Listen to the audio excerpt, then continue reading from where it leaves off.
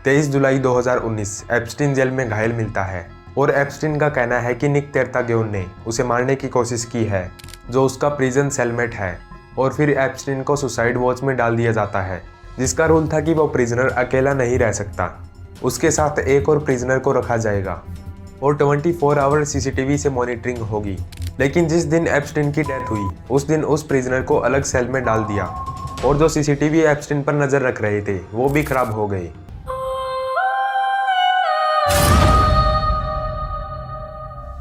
जय श्री राम दोस्तों, 10 अगस्त 2019 को एप्स्टीन की मौत हो जाती है। रिपोर्ट्स के हिसाब से एप्स्टीन ने सुसाइड कर लिया था, लेकिन जो बंदा खुद जेल से बाहर निकलने की कोशिश कर रहा था तो वो सुसाइड क्यों करेगा।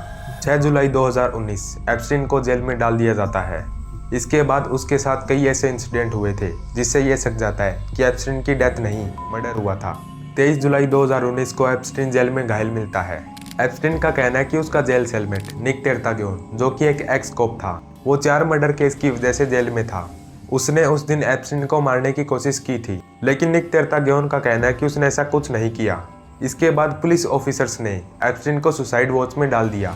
जब भी किसी प्रिजनर को सुसाइड वॉच में डाल दिया जाता है तो उसकी 24/7 सीसीटीवी से मॉनिटरिंग होती है, जिसमें उसके कमरे की लाइट हमेशा ऑन रखी जाती है। इसके अलावा वो प्रिजनर अकेला नहीं रह सकता, उसके साथ एक और प्रिजनर को रखा जाता है और वहाँ पर हर 15 मिनट में गार्ड आकर चेकिंग करते हैं। और तो और उस कमरे में जो बेडशीट होती है वो इतनी पेपर थिन होती है जिससे कि वो प्रिजनर उसका फंदा बनाकर फांसी ना ले ले। इतनी सिक्योरिटी होने के बावजूद भी एप्स्टीन के केस में जो हुआ वो काफ़ी शॉकिंग था, क्योंकि वहाँ पर एक के बाद एक कोइंसिडेंस हुए। पहला कोइंसिडेंस था द एम्प्टी सेल। 9 अगस्त यानी एप्स्टीन की डेथ से एक दिन पहले उसके सेलमेट को दूसरे सेल में ट्रांसफ़र कर दिया जाता है और एप्स्टीन को अकेला छोड़ दिया जाता है। लेकिन उस जेल का रूल ये कहता है कि कोई भी प्रिजनर अकेला नहीं रह सकता, कम से कम एक प्रिजनर तो उसके साथ होना ही चाहिए। इसके बाद एक और कोइंसिडेंस होता है, द स्लीपिंग गार्ड्स।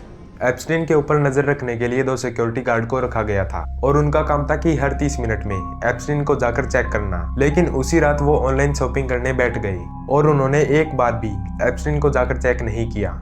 इसके अलावा एप्स्टीन पर नजर रखने के लिए 2 कैमरास भी लगाए गए थे, वो भी उसी रात काम करना बंद कर गए। कैमरास का बंद हो जाना, सिक्योरिटी गार्ड का केयरलेस हो जाना, ये सब इसी बात की ओर इशारा करते हैं कि एप्स्टीन की डेथ नहीं, मर्डर हुआ था। और मेरा पर्सनल ओपिनियन भी यही है, बाकी आपका क्या कहना है।